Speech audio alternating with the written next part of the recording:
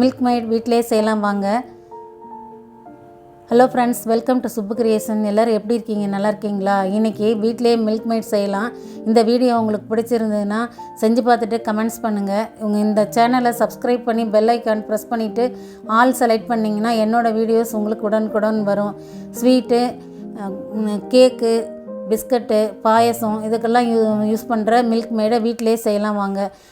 இப்போ இதை ஏலக்காய் ஒரு 4 எடுத்து வச்சுருக்கு, சர்க்கரை ஒரு 1/4 கப் எடுத்து வச்சுருக்கு. இது ரெண்டையும் மிக்சியில் போட்டு நல்லா பொடி பண்ணிக்கலாம். நான் அடுத்து இதை யூஸ் பண்ணி ஒரு ஸ்வீட் செய்கிறதுனால ஏலக்காய் சேர்த்துருக்கேன். நீங்கள் உங்களுக்கு வேண்டாம்னா விட்டுருங்க.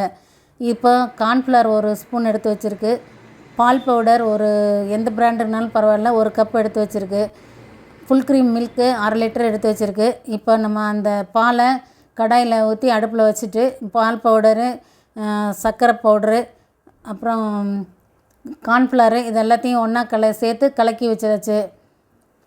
கலக்கிட்டு கடாயில் ஊற்றி அடுப்பில் வச்சுருக்கு. இப்போ நல்லா கைவிடாமல் நம்ம கலக்கிட்டே இருக்கணும். ஏன்னா இது சீக்கிரம் அடி பிடிக்க ஆரம்பிச்சிடும், கெட்டியாயிடும், உரையும்.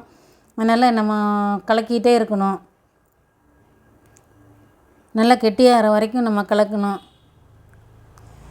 இது பாருங்கள், பால் பவுடர் நம்ம இப்படி போல் செஞ்சு வச்சுக்கிட்டோம்னா கடையில் வாங்குறதோட ரொம்ப கம்மியாக செலவாகும். ரெண்டாவது நிறைய குவான்டிட்டி கிடைக்கும். இது நம்ம பாயசம், ஸ்வீட் பண்ணும்போது, அப்புறம் தேங்காய் லட்டெல்லாம் செய்யும்போது, கேக் செய்யும்போது இதுக்கெல்லாம் யூஸ் பண்ணி செய்யலாம். நீங்களும் இது போல் செஞ்சு பாருங்கள். ஐஸ்கிரீம் செய்கிறதுக்கு எல்லாத்துக்குமே யூஸ் பண்ணலாம். கொஞ்சம் கொஞ்சமாக சிம்மில் வச்சுட்டு கிளறி கொடுக்கணும். நம்ம இப்படி பண்ணும்போது சீக்கிரம் திக்காயிடும். பால் பவுடரு, கார்ன்ஃப்ளவர்லாம் கலந்துருக்கிறதுனால நல்லா திக்காயிடும் சீக்கிரம். அடுப்பை வேகமாக வச்சிடாதீங்க, கலர்றதையும் விட்டுறாதீங்க. கன்னியூவாக கிளறிக்கிட்டே இருக்கணும். சட்டுன்னு ரெடி ஆயிரும் ஃப்ரெண்ட்ஸ். அதனால் கொஞ்சம் பார்த்து நம்ம சீக்கிரமாக நல்லா கிளறி கொடுத்துக்கலாம். இப்போ ஒரு 1/2 ஸ்பூன் நம்ம திக்கானதுக்கப்புறம் பேக்கிங் சோடாங்கிற சமையல் சோடா சேர்க்கணும். இன்னும் கொஞ்சம் கெட்டியாகட்டும்.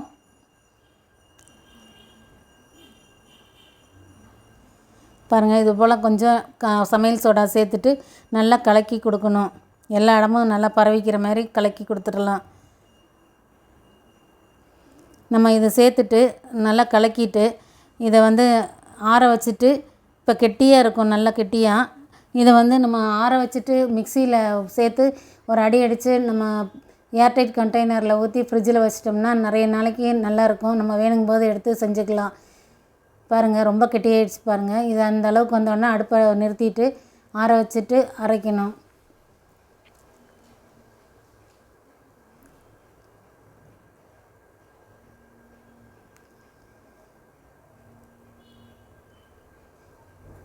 இது ஐஸ்கிரீமு, ஸ்வீட்டு, பாயசம், கேக்கு இதுக்குள்ளே நம்ம யூஸ் பண்ணிக்கலாம்.